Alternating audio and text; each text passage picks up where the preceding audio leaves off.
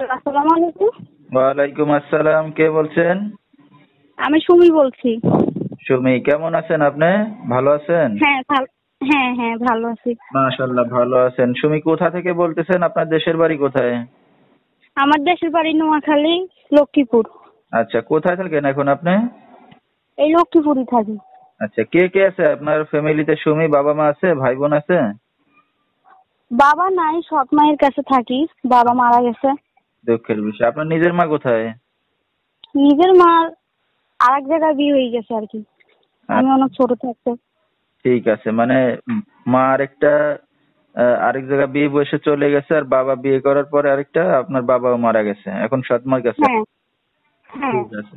তো আপনার আপন ভাই বোন আছে আর কেউ, না আপনি একাই? না, না আর কেউ নাই, আমি একাই। আচ্ছা, ঠিক আছে। তো দর্শক, শুনতে থাকুন আজকে সুমির জীবনের গল্পগুলো। খুবই মিষ্টি একটি নাম, সুমি। তো আমরা সুমির সাথে তার জীবনের গল্পগুলো শোনাবো আপনাদের সবাইকে। আর সুমির সাথে আপনারা সরাসরি যোগাযোগ করতে পারবেন। ফুল ভিডিওটি দেখলে মোবাইল নাম্বার পেয়ে যাবেন, সরাসরি যোগাযোগ করতে পারবেন সুমির সাথে। তো সুমি, কি করতেছেন আপনি এখন? আমি বর্তমানে এখন বাসা বাড়িতে কাজ করি। আচ্ছা, কাজ বাজ করতেছেন। সুমি, লেখাপড়া কতদূর করছেন আপনি? বেশি করি নাই, পোর্টতালাক করছি। 4 পর্যন্ত লেখাপড়া করছেন। ঠিক আছে। তো সুমি, এখন যেখানে আছেন নিজেদের বাড়ি ঘর না বাসা ভাড়া নিয়ে থাকেন? নিজেদের বাড়ি ঘর। আচ্ছা, তো নিজেদের বাড়ি ঘর, তাহলে তার বাসা ভাড়া দেওয়া লাগে না।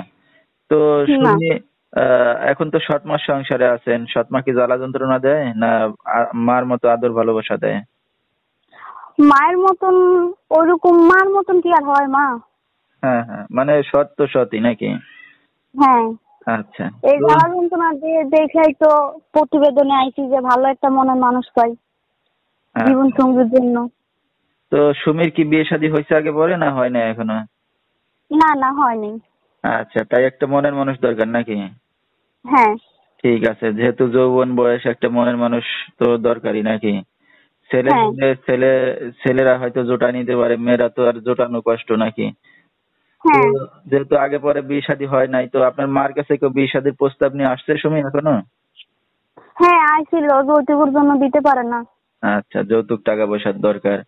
তো হ্যাঁ, এখন যদি এই মিডিয়া থেকে কেউ আপনাকে বলে যে সুমি, আপনাকে বিয়ে শাদী করতে চাই, বা যৌতুক ছাড়া, টাকা পয়সা ছাড়া, আপনি রাজি হবেন? অবশ্যই রাজি হইব। আচ্ছা, মাশাআল্লাহ। তো সুমি, কোন দর্শক ভাই যদি এখন আপনার সাথে যোগাযোগ করতে চায়, কিভাবে যোগাযোগ করবে? এইখানে নাম্বার দেওয়া হবে। আচ্ছা, তো দর্শক, নাম্বারটা আমরা হাতে পাইছি, স্ক্রিনে পাইছি, এই নাম্বারটা বলে দিচ্ছি। এই নাম্বারে যোগাযোগ করলে সুমিকে পেয়ে যাবেন। যেহেতু বাবাও নাই, মাও নাই, সৎমার সংসারে খুবই কষ্টে জ্বালায় আছে। তো যেহেতু অবিবাহিত মেয়ে, একটা ভালো মনের মানুষ দরকার। তো এখন সবকিছু জেনে শুনে যদি তার পাশে এসে দাঁড়াতেছেন বা দায়িত্ব নিতেছেন, এই নাম্বারে যোগাযোগ করলে সুমিকে পেয়ে যাবেন। 01859280881, এই নাম্বারটাই হলো সুমির। তো সুমি, আপনি এখন মিডিয়ার সামনে আসছেন, দর্শক ভাইদের সামনে আসছেন।